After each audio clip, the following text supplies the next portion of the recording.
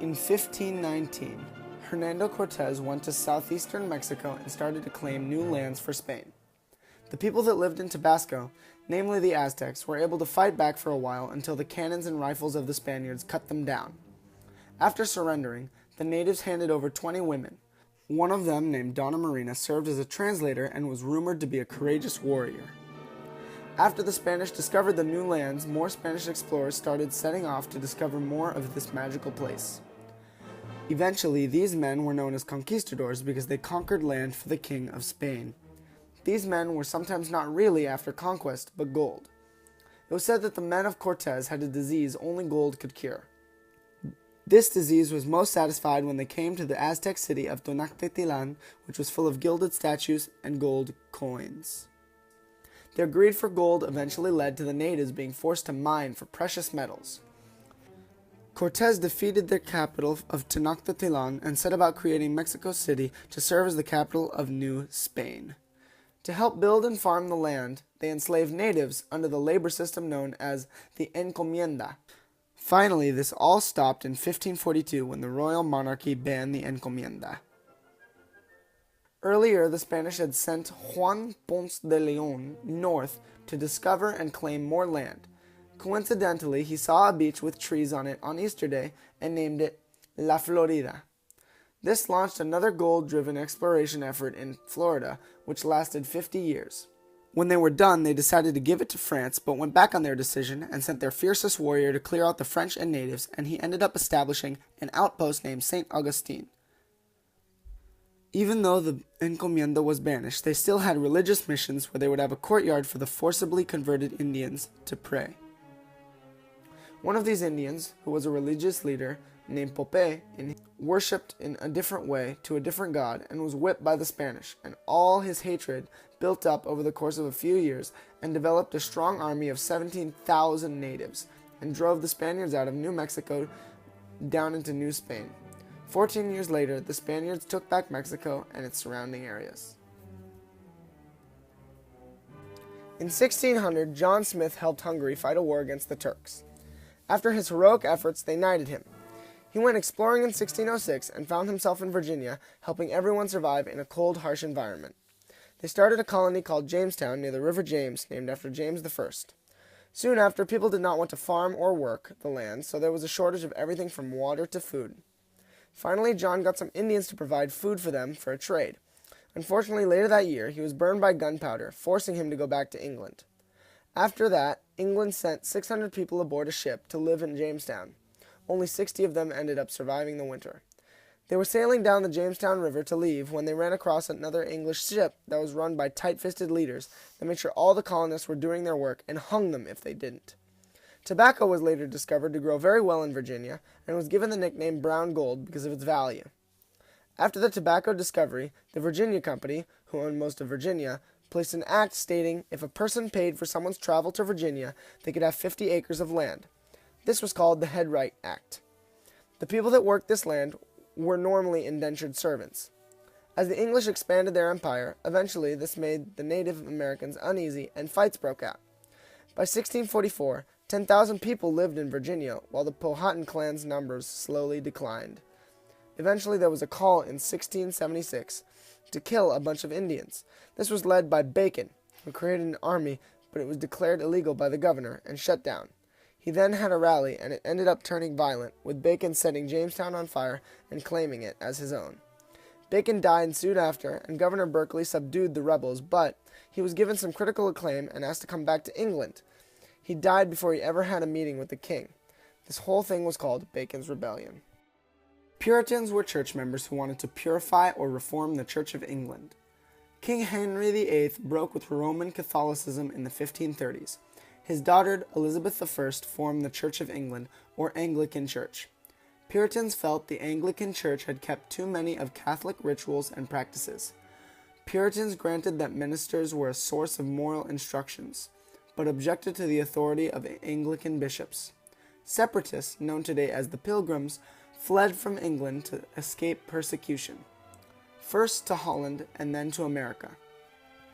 Puritans emigrated to America in order to create a model new society. In 1620, this small group of families founded the Plymouth Colony, the second permanent English colony in North America.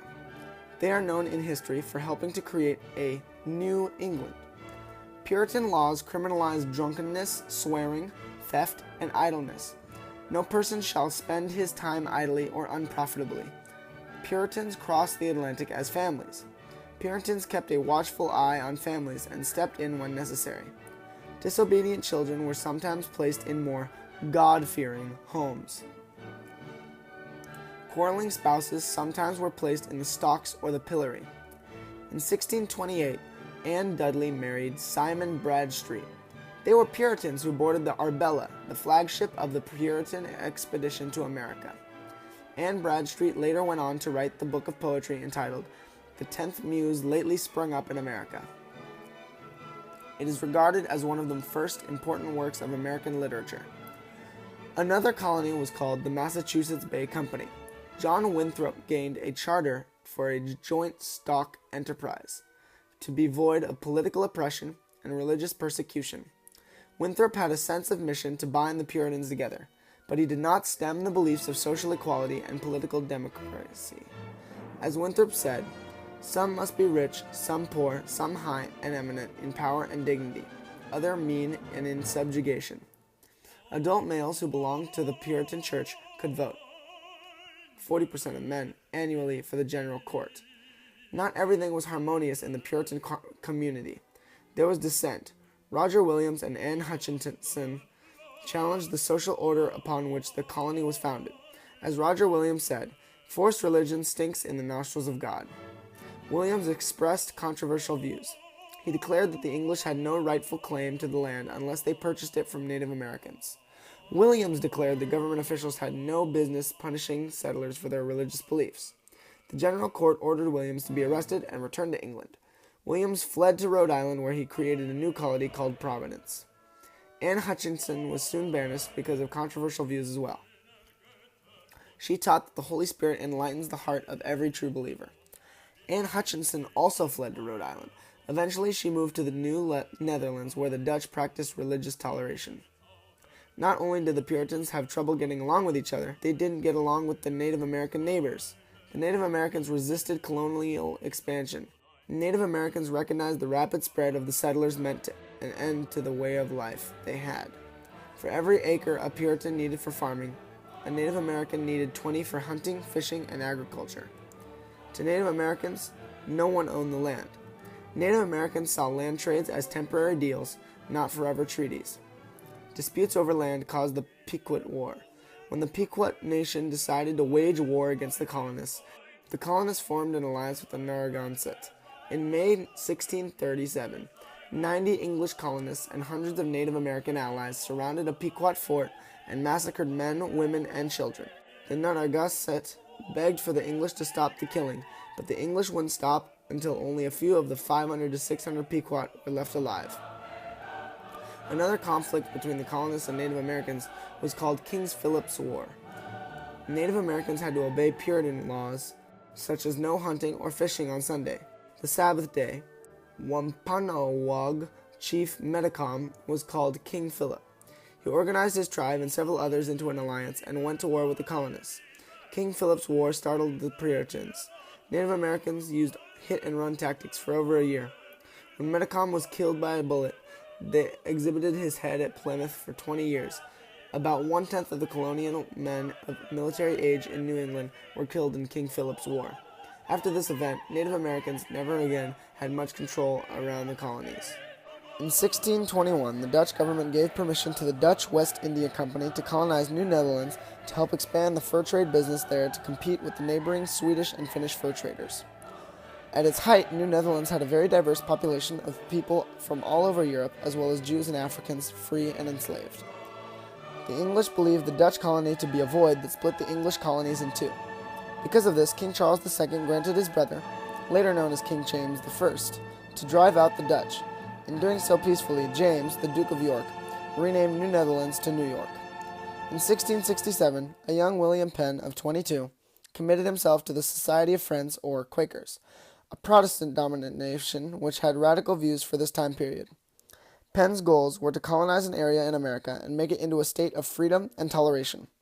This was possible because of a debt King Charles II had owed Penn's father. Penn asked for land charted instead of money, which he got. This land would become Pennsylvania.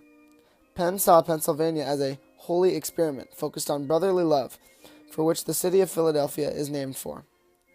He set up a system of government for not just the counties of Pennsylvania, but also counties along the Delaware Bay. Under him, Pennsylvania had a representative assembly and religious toleration. As a Quaker, Penn believed the best in people. He approached the Native Americans with friendship and frequently traded with them. He even set up a court system for Native American and colonist disputes. Because of his hard work and Christian beliefs, the Pennsylvania colony didn't have a major conflict with Native Americans for over 50 years. His colony thriving, Penn needed experienced tradesmen to create an economically profitable colony. He advertised all around Europe to bring new immigrants to America. His Quaker ethics and fundamental beliefs were the center point to his colony. Although he never profited very well financially from the company and died in poverty, his Quaker beliefs would become a focal point to the American system years later. During the 1600s and 1700s, more British colonies were added, all for different reasons. Many were named after the monarch at the time or sponsors for the colony. Eventually, these colonies would join together to become the 13 first colonies of the United States of America.